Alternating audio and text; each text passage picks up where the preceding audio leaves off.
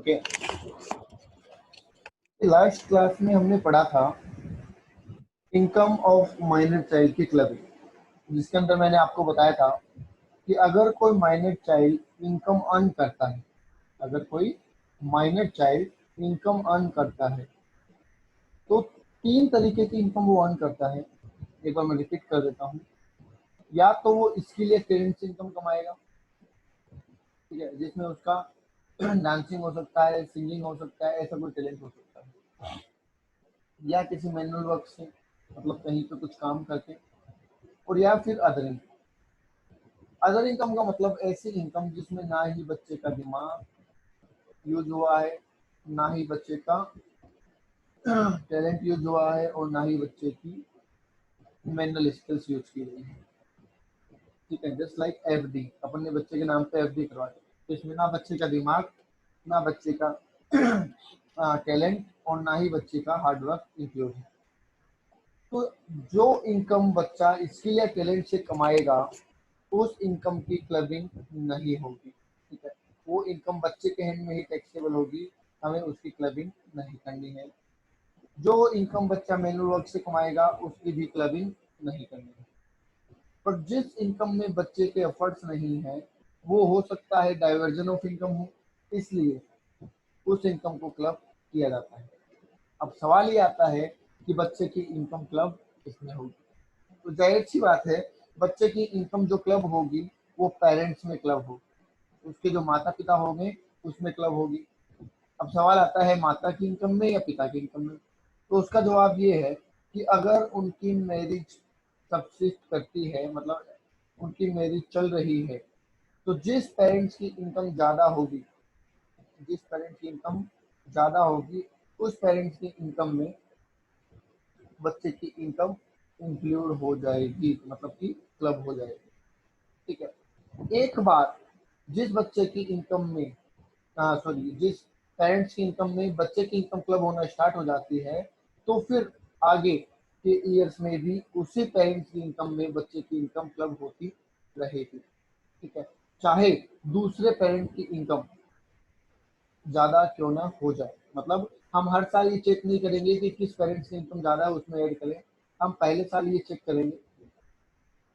ठीक है, और एक दिन के बाद इनकम क्लब होना स्टार्ट हो गई, जैसे मान लीजिए फादर की इनकम में बच्चे की इनकम क्लब होना स्टार्ट हो गई, तो फिर नेक्स्ट सारे ईयर्स में फादर की इनकम में ही बच्चे की इनकम क्लब होगी, जब तक आप एओ से जाके इसको चेंज नहीं करवाते। मतलब नेक्स्ट ईयर अगर ऐसा हो जाता है कि मदर की इनकम ज़्यादा हो जाती है और आप चाहते हैं कि बच्चे की इनकम मदर की इनकम में जुड़े, तो आपको असेसिंग ऑफिसर के पास जाकर ये चेंज करवाना पड़ेगा, आप खुद ये चेंज नहीं कर सकते। अब आगे हमने पढ़ा था एग्जम्पशन अंडर सेक्शन 1032, जिसमें ये बोला गया था कि जिस भी बच्चे की इनकम पेरेंट्स की इनकम में क्लब होगी उस हर बच्चे के लिए 1500 रुपये तक की छूट पेरेंट्स को मिलेगी। मतलब हर बच्चे के लिए 1500 रुपये की एग्जम्पशन, 1500 रुपये तक की एग्जम्पशन पेरेंट्स को दी गई है। ठीक है, नंबर ऑफ चिल्ड्रंस की कोई लिमिट यहाँ पे नहीं है, चाहे कितने भी बच्चे हों, जितनों भी बच्चों की इनकम क्लब होगी उन हर बच्चों के लिए 1500 रुपये तक की एग्जम्पशन पेरेंट को मिलेगी। एग्जाम्पल दिया था आपको कि मान लीजिए पहले बच्चे की इनकम 800 है, तो 800 की एग्जम्पशन मिल जाएगी, कोई क्लबिंग नहीं होगी। दूसरे बच्चे की इनकम अगर 2000 है तो 15 की एग्जम्पशन मिल जाएगी 1500 की, तो 500 रुपये क्लब हो जाएंगे।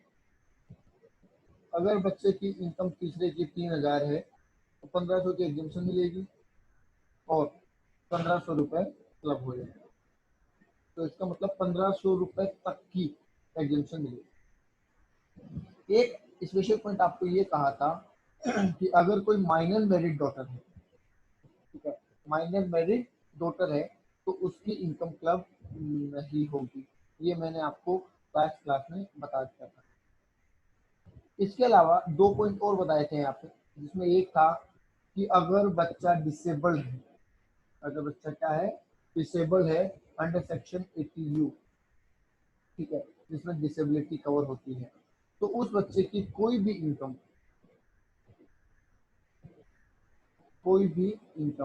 क्लब नहीं होगी।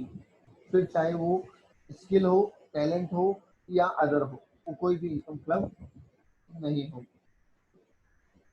ओके, लास्ट पॉइंट मैंने आपको यहाँ ये बताया था कि मान लीजिए बच्चा 5 लाख रुपए कमाता है अपनी स्किल से,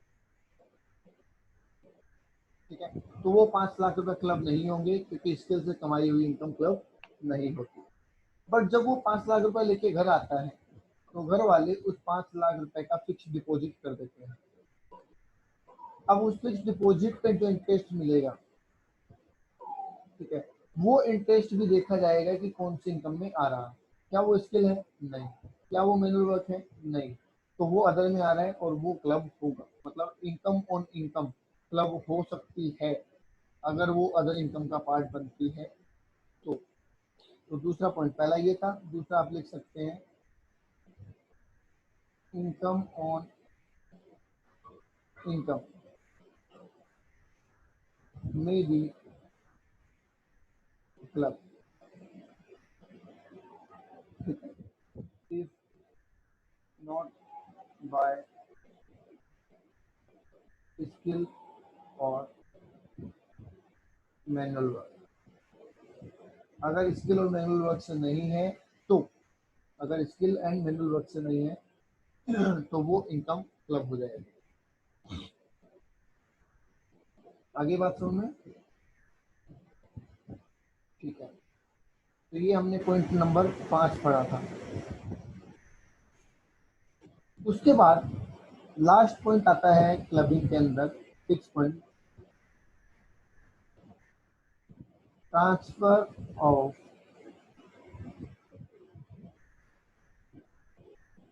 मेंबर्स प्रॉपर्टी टू एचयूएफ। अगर मेंबर अपनी पर्सनल प्रॉपर्टी एचयूएफ में ट्रांसफर कर देता है, ठीक है, तो उसका क्या होगा? देखिए, मान लीजिए एक एचयूएफ है, कपूर एंड सन्स,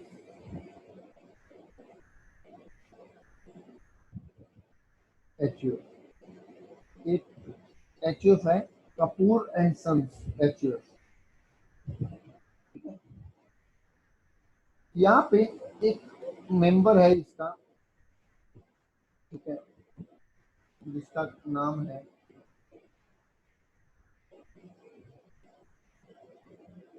रणबीर कपूर, ठीक? इनके पास एक प्रॉपर्टी है, ठीक है, और ये अपनी प्रॉपर्टी किसके नाम कर देते हैं? एचयूएफ के नाम कर देते हैं। तो ये हो जाता है transfer of members property to HUF. तो मेंबर ने अपनी प्रॉपर्टी किसको दे दी? एचयूएफ को दे दी, ठीक है, विदाउट इनएडिक्वेट कैंसिलेशन। तो इस प्रॉपर्टी से जो इनकम अर्न होगी एचयूएफ को, वो इनकम किसकी मानी जाएगी? इस मेंबर की इनकम मानी जाएगी,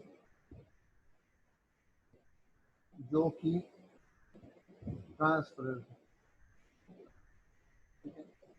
तो एचयूएफ को इस प्रॉपर्टी से जो भी इनकम होगी वो इनकम किसकी मान ली जाएगी? मेंबर की, क्योंकि प्रॉपर्टी किसकी थी? मेंबर की। मेंबर ने अपनी इनकम को सिर्फ डाइवर्ट किया है और कुछ भी नहीं किया।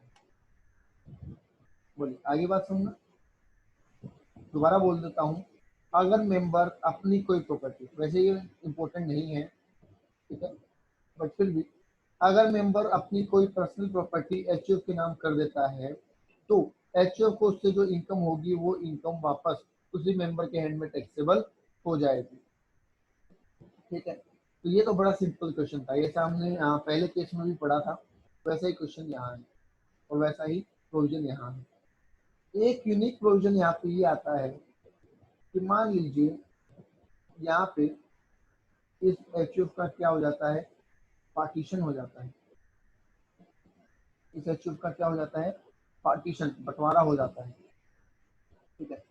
बंटवारा होगा तो सारी एसेट बटेगी और उस एसेट में वो असेट भी बटेगी जो असेट मेंबर ने खुद ट्रांसफर की, ठीक है। मेंबर ने अपनी असेट दी, जरूरी नहीं है घर हो, कुछ भी हो सकता है। अब इस असेट में जो हिस्सा मेंबर को खुद को मिलेगा, मतलब रणबीर कपूर को खुद को मिलेगा, ठीक है, उसकी वाइफ को मिलेगा, हो सकता है उसके माइनर चाइल्ड को मिले और अदर मेंबर को मिलेगा। तो इन दैट केस खुद का हिस्सा तो खुद की इनकम में जाएगा, नो प्रॉब्लम, और वाइफ का हिस्सा भी एसएससी की इनकम में चला जाएगा और माइनर चाइल्ड का हिस्सा भी एसएससी की इनकम में चला जाएगा। ऐसा इसलिए किया गया कि अगर हम ऐसा नहीं करते तो देखो टैक्स प्लानिंग कितनी आसान हो जाती। पहले मेंबर को क्या करना है, अपनी इनकम डाइवर्ट करनी है, अपनी प्रॉपर्टी डाइवर्ट करनी है, ठीक है, तो इसे अपनी इनकम देनी थी वाइफ को और माइनर चाइल्ड को। तो ये ऐसा भी कर सकता है कि ये अपनी इनकम पहले एसेट किसको दे देगा, एचयूएफ को दे देगा, और फिर एचयूएफ का बंटवारा बता देगा, और उस बंटवारे में वो असेट अपनी वाइफ को और माइनर चाइल्ड को बांट देगा। तो अगर हमने इनकी क्लबिंग नहीं की तो इनडायरेक्टली ये असेट बढ़ जाएगी विदाउट एनी क्लबिंग प्रोविजन। तो इसलिए बोला गया कि जो हिस्सा इस प्रॉपर्टी में से जो इसने मेंबर ने एचयूएफ को दी है, उसमें से जो हिस्सा वाइफ को मिला और माइनर चाइल्ड को मिला, वो हिस्सा भी, और वो हिस्सा मतलब उससे होने वाली इनकम मिस्टर आरके के अंदर ऐड हो जाएगी। समझ गए? तो इसका मतलब दो प्रोविजन हमारे पास यहाँ हो गए। पहला ये जिसके अंदर ये बोला गया है कि अगर मेंबर ने, मैं दोबारा रिपीट कर रहा हूँ, सुन लीजिएगा, अगर मेंबर ने अपनी असेट एचयूएफ को ट्रांसफर की है तो एचयूएफ को उससे जो भी इनकम होगी वो इनकम मेंबर के हैंड में क्लब हो जाएगी। पहला पॉइंट। दूसरे पॉइंट में ये बोला गया कि अगर एचयूएफ का पार्टीशन हो जाता है तो उस पार्टीशन से एसएससी की, मतलब जो ट्रांसफर है उसकी स्पाउस को, वाइफ को या माइनर चाइल्ड को कोई हिस्सा मिला है तो उस हिस्से होने वाली इनकम भी मिस्टर आर के यानी कि एसएससी की इनकम में इंक्लूड हो जाएगी। बोलिए क्लियर है यहाँ तक? आई थिंक क्लियर होगा, कुछ भी नया नहीं है, जो बातें हम पहले कर चुके थे वही वाली बात यहाँ पे है। एक लास्ट पॉइंट है,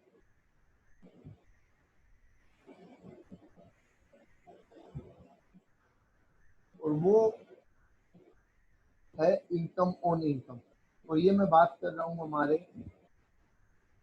केस वन के लिए। केस वन मतलब जब हम स्पाउस को कोई एसेट ट्रांसफर कर रहे थे।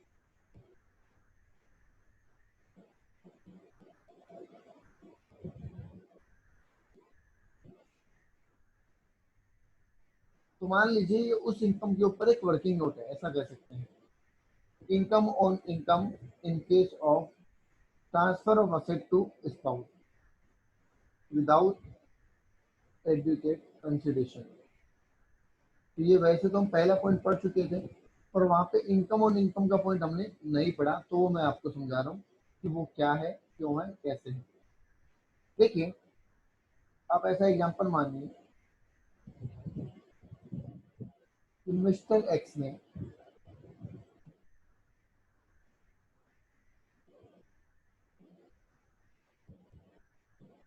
मिसिज एक्स को 5 लाख रुपए के बॉन्ड ट्रांसफर कर दिया। मिस्टर एक्स ने मिसिज एक्स को 5 लाख रुपए के बॉन्ड ट्रांसफर कर दिए विदाउट एडिकेट कंसिडरेशन। तो मिसिज एक्स को सबसे पहले इनकम होगी, और वो इनकम क्या होगी, इंटरेस्ट इनकम होगी, ठीक है। 5 लाख पे 8% मतलब सालाना 40,000 का इंटरेस्ट आएगा। तो पहले साल जो 40,000 का इंटरेस्ट आया वो इनकम क्लब हो जाएगा किसके हैंड में, मिस्टर एक्स के हैंड में। और ध्यान रहे हमने सिर्फ इनकम को क्लब किया है। क्लब करने का मतलब जो इनकम की टैक्सेबिलिटी थी वो टैक्सेबिलिटी हमने मिसिज एक्स के हाथ में ना रखी, मिस्टर एक्स के हाथ में रखी है, ताकि इनकम का डाइवर्जन ना हो पाए। पर ये जो 40,000 का इंटरेस्ट मिला है ये पैसे तो मिसिज एक्स के पास ही है। हमने ये थोड़ी किया है कि मिसिज एक्स से पैसे लेकर मिस्टर एक्स को दे दिए, नहीं, वो उनका इंटरनल मैटर है, उसको हमने कुछ नहीं किया। हमने सिर्फ इतना किया है कि टैक्सेशन पर्पज से ये जो 40,000 की इनकम थी, ये हमने मिसेज एक्स की ना मान के, ठीक है, ये हमने मिसेज एक्स की ना मान के मिस्टर एक्स की मानी है बस, बाकी हमने कुछ नहीं किया, पैसे मिसेज एक्स के पास ही रहेंगे। ठीक है, अब मान लीजिए कि मिसेज एक्स ने, ये कहानी कब की बता रहा हूँ मैं, 1819 की बता रहा हूँ। अब मिसेज एक्स ने ये जो 40,000 रुपए थे, इन 40,000 को किसी एफडी में जमा करवा दिया, आप ये मान लीजिए, जिसपे 6% इंटरेस्ट मिलता है सालाना। ठीक है, अब आप देखिए कि अगले साल दो तरीके की इनकम अराइज हो, मिसेज एक्स को अगले साल दो इनकम अराइज होगी, जिसमें पहली होगी 40,000 का इंटरेस्ट जो कि बॉन्ड के ऊपर मिलना है,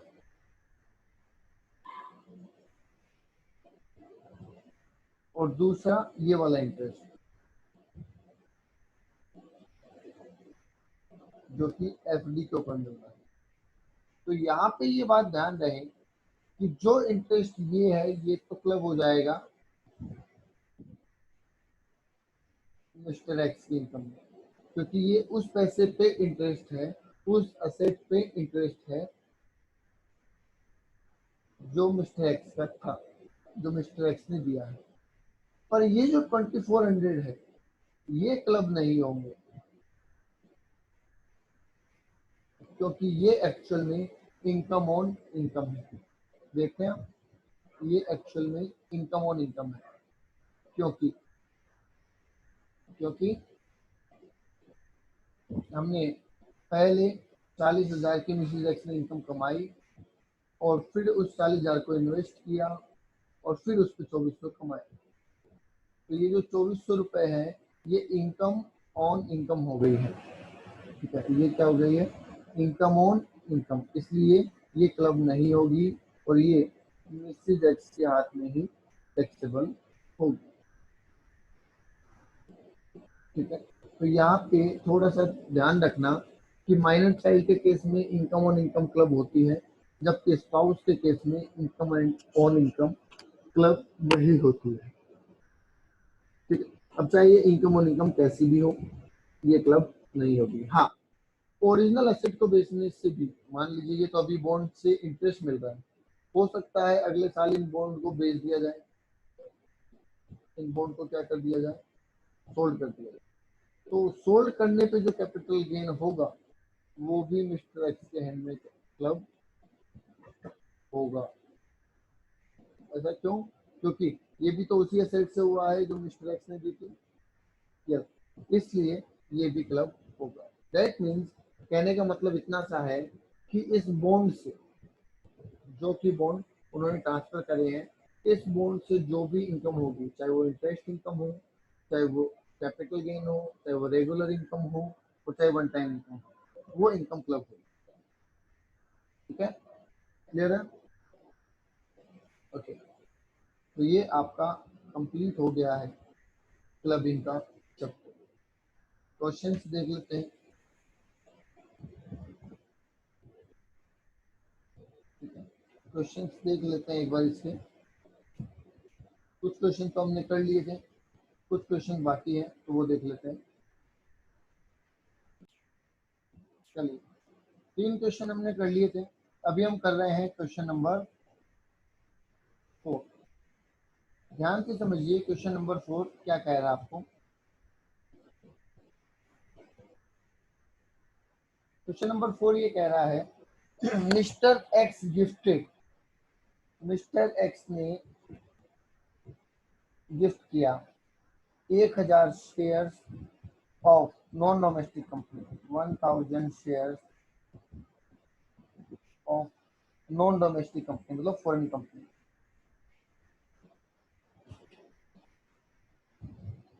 और वो भी कितने रुपए के थे, 6 लाख रुपए के थे।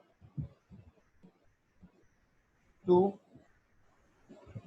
मिसेज एक्स, मिस्टर एक्स ने 6 लाख रुपए के शेयर मिसेज एक्स को दे दिए 15 अप्रैल 2019 को out of natural love and affection, मतलब विदाउट कंसिडरेशन दिए हैं।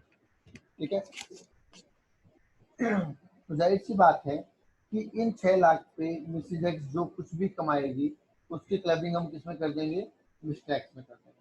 समझ गए होंगे आप। आगे लिखा है 31 जनवरी 2020 को, मतलब इसी साल, मिसिज एक्स को 60,000 रुपए का डिविडेंड मिला। ठीक है, तो मिसिज एक्स को सबसे पहली इनकम क्या हुई है, डिविडेंड की हुई है, और कितनी हुई है, 60,000। तो ये 60,000 की डिविडेंड इनकम किसमें क्लब हो जाएगी, मिस्टर एक्स में क्लब हो जाएगी। ठीक है, आसान है। आप ये सोचेंगे कि डिविडेंड इनकम टैक्स भी क्यों नहीं है, तो ये फॉरेन कंपनी से है इसलिए टैक्सेबल हम कर रहे हैं। अगर इंडियन कंपनी से होता तो टैक्सेबल नहीं होता, टैक्स फ्री हो जाता है। ठीक है, आगे लिखा है, अच्छा मैं डेट डाल देता हूँ इस बार इसमें, ये 31 जनवरी 2020 को हुआ है। उसके बाद में आगे लिखा है 1 फरवरी 2020 को, यहाँ पे लिख देते हैं 1 फरवरी 2020 को मिसिज एक्स ने वो शेयर बेच दिए, मिसिज एक्स ने वो शेयर बेच दिए, और कितने रुपए में बेच दिए, 10 लाख रुपए में बेच दिए। तो जाहिर सी बात है कैपिटल गेन में राइज होगा।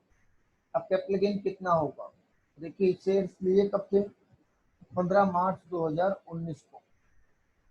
ठीक है, बेच दिए कब, 1 फरवरी 2020 को। इसका मतलब यहाँ पे शॉर्ट टर्म कैपिटल गेन होगा, किसको होगा, फिलहाल तो मिसिज एक्स को होगा। 10 लाख में बेच दिए 6 लाख के लिए हुए शेयर, तो इसका मतलब 4 लाख का शॉर्ट टर्म कैपिटल गेन हो जाएगा। और ये 4 लाख रुपए भी क्लब हो जाएंगे किसके अंदर, मिस्टर एक्स के अंदर। क्यों, क्योंकि उस 6 लाख के शेयर से जो भी इनकम होगी वो इनकम क्लब हो जाएगी मिस्टर एक्स के अंदर। समझ गए, दोबारा सुन लीजिए, मिस्टर एक्स ने 1,000 शेयर जो कि 6 लाख रुपए के थे मिसिज एक्स को दे दिए। मिसिज एक्स ने उस पर 2 इनकम कमाई, 60,000 का तो डिविडेंड और 4 लाख का शॉर्ट टर्म कैपिटल गेन। ठीक है, और ये दोनों ही इनकम मिस्टर एक्स में क्लब हो जाएगी क्योंकि उस 6 लाख रुपए से कमाई गई है जो मिस्टर एक्स ने दिए थे। समझ गए, तो यहाँ तक तो आई थिंक आपके कोई डाउट होगा नहीं और कोई प्रॉब्लम आएगी नहीं। आगे जो है बात वो समझने लायक है, तो ध्यान से समझिए। सबसे पहले मैं केस ए बोल रहा हूँ।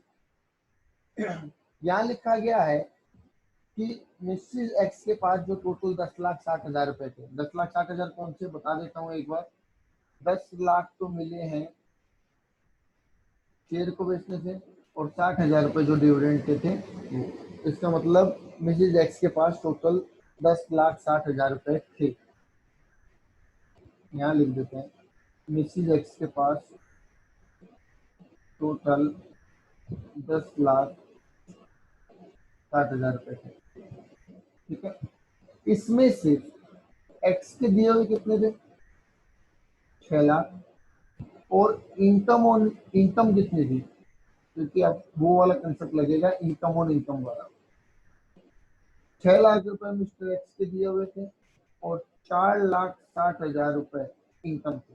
4 लाख को कैपिटल गेन की और 60,000 रुपए डिविडेंड की। इस तरीके से अगर मैं इस 10,60,000 का कॉम्बिनेशन बनाऊं तो उसमें से 6 लाख वो होंगे जो मिस्टर एक्स ने दिए हैं, और 4,60,000 वो होंगे जो मिसेज एक्स ने कमाए हैं। ठीक है, अब हम ये जानते हैं, अभी थोड़ी देर पहले हमने पढ़ा कि इस इनकम पे जो पैसा आएगा उसकी क्लबिंग नहीं होगी, क्योंकि इनकम ऑन इनकम की क्लबिंग नहीं होती है। और इस 6 लाख पे जो भी कमाया जाएगा उसकी क्लबिंग हो जाएगी। क्यों, क्योंकि ये 6 लाख वही है जो मिस्टर एक्स ने मिसिज एक्स को दिए थे। ठीक है, तो ये 6 लाख की क्लबिंग तो हो जाएगी, और ये 4,60,000 की जो इनकम कमाई जाएगी वो होगी इनकम ऑन इनकम, और उसकी कोई क्लबिंग नहीं होगी। समझ गए, कोई डाउट, ओके। अब पहले केस में क्या बोला है कि 10,60,000 रुपए को इन्वेस्ट किया गया एक हाउस प्रॉपर्टी में, और उससे इनकम आई रेंट। ध्यान रहे ये इनकम नहीं है, ये रेंट दे रखा है। तो पहले हमें इनकम कैलकुलेट करनी पड़ेगी। रेंट मिला 53,000 और कुछ है नहीं तो जीएबी भी हो जाएगी 53,000, ठीक है। और एनएवी भी यही हो जाएगी क्योंकि किसी तरीके का म्युनिसिपल टैक्स हमें नहीं दे रखा है। इसमें से लेस कर देंगे हम स्टैंडर्ड डिडक्शन जो आपने पढ़ी हुई है एचपी के अंदर 30%। तो 53,000 का 30% करेंगे तो ये आ जाएगा 15,900। तो कितना बचेगा?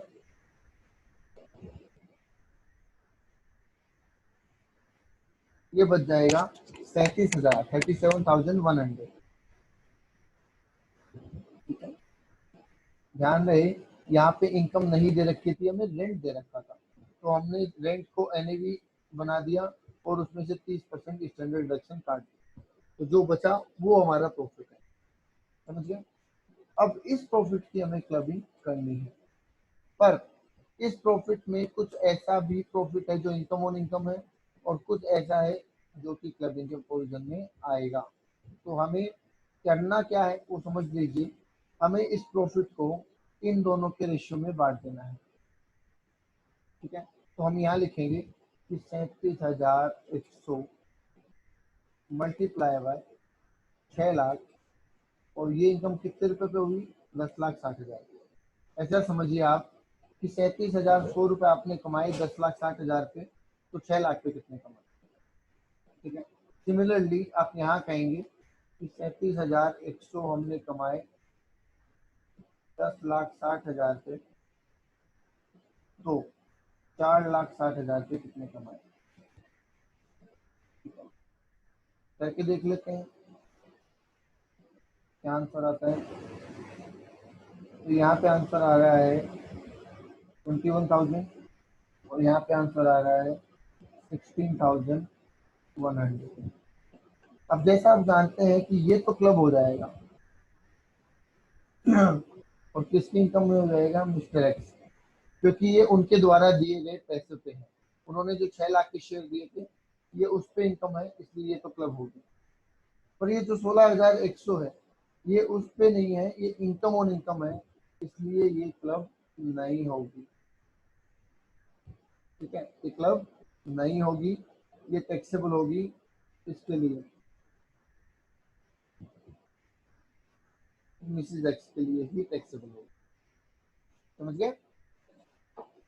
ये इनकम ऑन इनकम है तो ये मिसिज एक्स के लिए ही टैक्सेबल होगी, मिस्टर एक्स में क्लब नहीं होगी।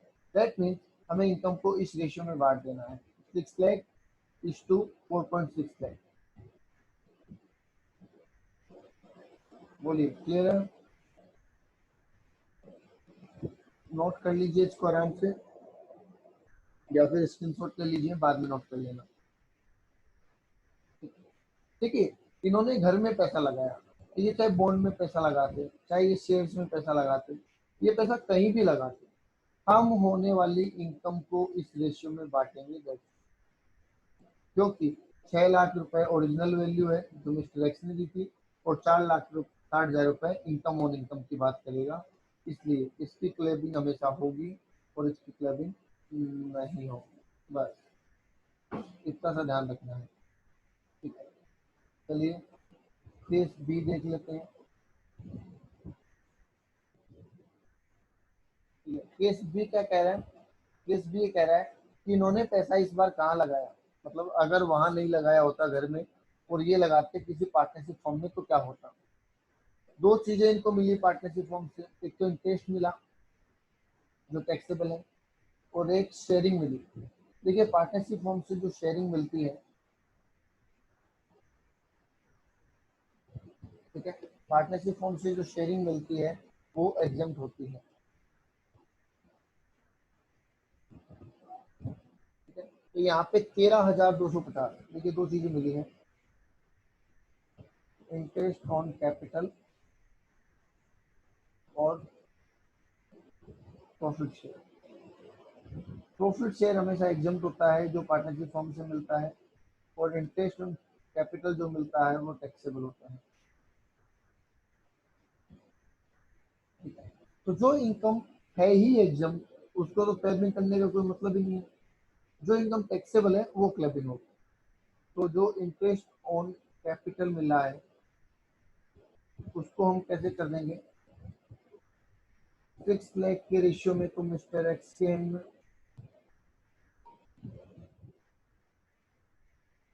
और 4.6 लाख के रेशियो में मिसेज एक्स में।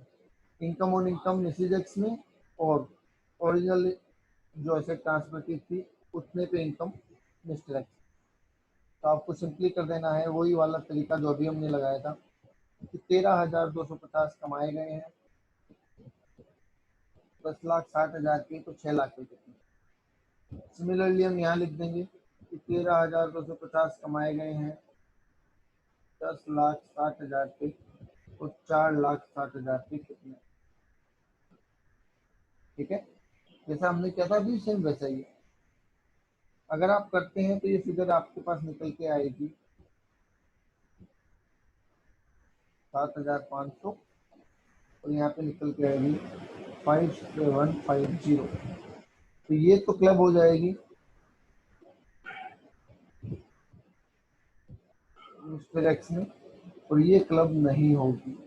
क्यों क्लब नहीं होगी? रीजन अभी भी वही है, इनकम ऑन इनकम क्लब नहीं होती है। ओके, आई होप क्लियर होगा आपके।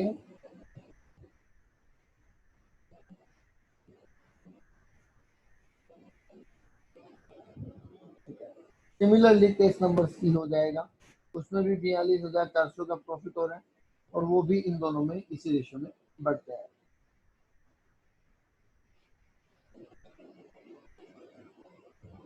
ठीक है, मेरे हिसाब से इसमें आपको कोई दिक्कत नहीं होनी चाहिए।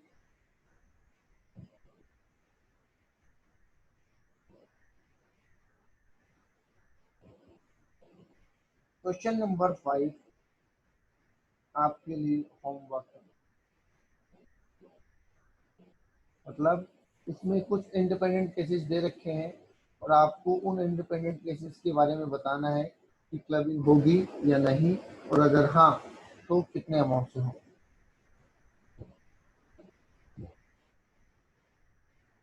ठीक है, क्वेश्चन नंबर 6 भी आप ट्राई करना है एक बार, ये भी आपके लिए होमवर्क है।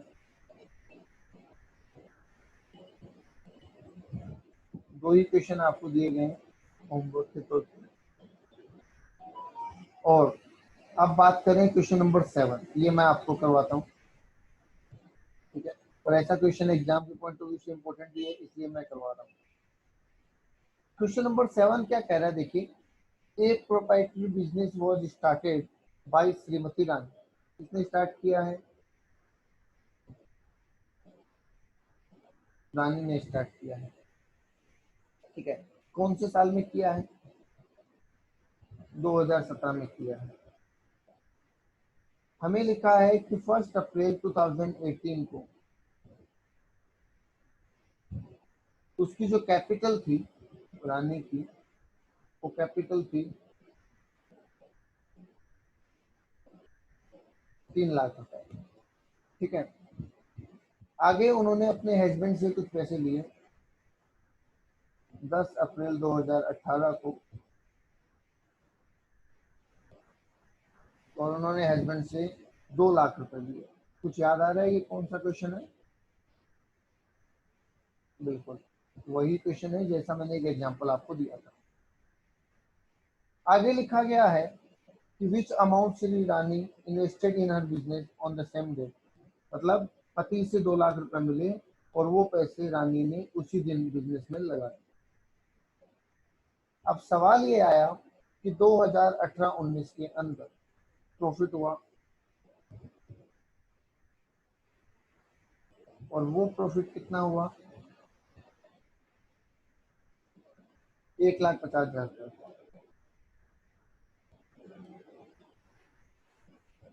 तो आपको पूछा गया है कि इस साल ये इनकम किसकी होगी, किसकी नहीं होगी। पहले 2018-19 की बात कर लेते हैं। वैसा सेम क्वेश्चन आपको बताया गया है। प्रोविजन क्या कहता है कि कैपिटल कंट्रीब्यूशन ऑन, याद करो, capital contribution on first day of previous year, ये वाला पॉइंट हमें ध्यान रखना था। प्रीवियस ईयर के पहले दिन जो कैपिटल कंट्रीब्यूशन होगा, प्रीवियस ईयर के पहले दिन जो कैपिटल कंट्रीब्यूशन होगा उसमें बांटा जाएगा। तो देखिए इस साल कैपिटल कंट्रीब्यूशन किसके एंड में है, किस 1 अप्रैल 2018 को सिर्फ रानी का ही कैपिटल कंट्रीब्यूशन था, उसके हस्बैंड का कैपिटल कंट्रीब्यूशन 10 अप्रैल को हुआ। इसका मतलब ये प्रॉफिट पूरा का पूरा किसका हो जाएगा, विच इज रानी का हो जाएगा।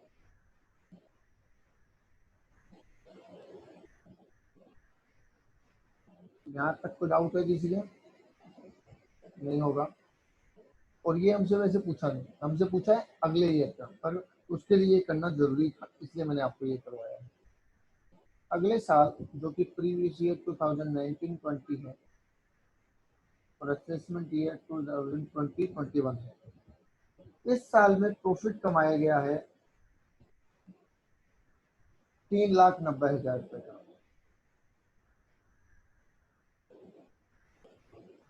तो ये 3,90,000 का प्रॉफिट किसके लिए टैक्सेबल होगा, ये बताना है आपको। ठीक है, तो अब बताइए 1 अप्रैल को किसका कितना कंट्रीब्यूशन है। तो हम कहेंगे श्रीमती रानी, रानी का कंट्रीब्यूशन कितना हो जाएगा, 3 लाख रुपए उसकी ओपनिंग थे पिछले साल। ठीक है, और 1.5 लाख रुपए उसने कमाए, जिसके विड्रॉल की कोई जानकारी हमें नहीं है। तो हम ये मानेंगे, जैसा मैंने आपको प्रोविजन में लिखाया था, हम ये मानेंगे कि उसने 1.5 लाख रुपए भी री इन्वेस्ट कर दी। तो 1 अप्रैल 2019 को, जो कि इस साल का पहला दिन है, रानी का कंट्रीब्यूशन कितना रहा, 4,50,000। और उनके जो हस्बैंड है उनका कंट्रीब्यूशन कितना रहा, 2 लाख। सही कर रहा हूँ? तो रानी का कंट्रीब्यूशन पिछले साल ओपनिंग 3 लाख था, पिछले साल के प्रॉफिट में उनको 1,50,000 मिले और वो विड्रॉ नहीं हुए। इसका मतलब 4,50,000 रुपए श्रीमती रानी के हैं और 2 लाख रुपए उनके हस्बैंड के हैं। तो ये जो हमारी इनकम है 3,90,000 की इस बार की, ये इसी रेशियो में बटेगी, ये इसी रेशियो में डिस्ट्रीब्यूट होगी। तो आप कर दीजिए, आप कहेंगे 3,90,000 मल्टीप्लाई बाय 450 अपॉन 650। तो इससे आपके पास रानी की इनकम में ऐड होने वाला अमाउंट आ जाएगा। सिमिलरली आप यहाँ बोलेंगे कि 3,90,000 कमाए, 6,50,000 और यहाँ लिख देंगे 2 लाख। तो यहाँ पे भी आपके पास अमाउंट निकल के आ जाएगा। ओके, करके देख लीजिए एक बार कितना आ रहा है।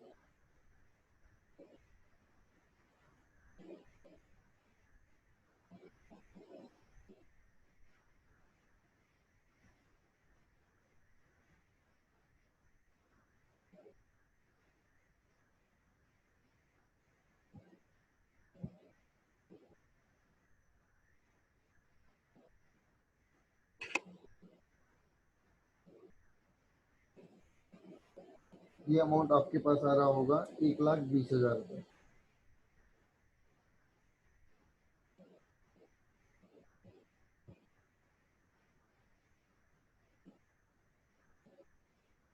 और जब ये 21 आ रहा है तो ये कितना आ रहा होगा,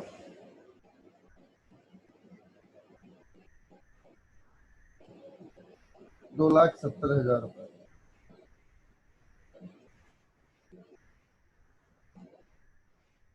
ठीक है, एक बार करके देख लेते हैं। 390 डिवाइड बाई 650 इंटू 450, ये आ रहा है 2,70,000 और वो आ रहा है 1,20,000। बोलिए यहाँ तक कोई डाउट? श्रीमती रानी के हैंड में 2,70,000 रुपये टैक्सेबल होंगे और उनके हस्बैंड के हैंड में 1,20,000 रुपये टैक्सेबल होंगे in ratio of capital contribution on first day of previous year, capital first day. I hope clear होगा। कोई डाउट है तो पूछ लीजिए। वीडियो अच्छा लगा हो तो लाइक कर दीजिएगा। आज के लिए इतना ही। 2 क्वेश्चन आपको होमवर्क के लिए दिए हैं, वो आप ट्राई करें। कोई डाउट होगा तो मेरे को पूछ लेना। Okay, thank you.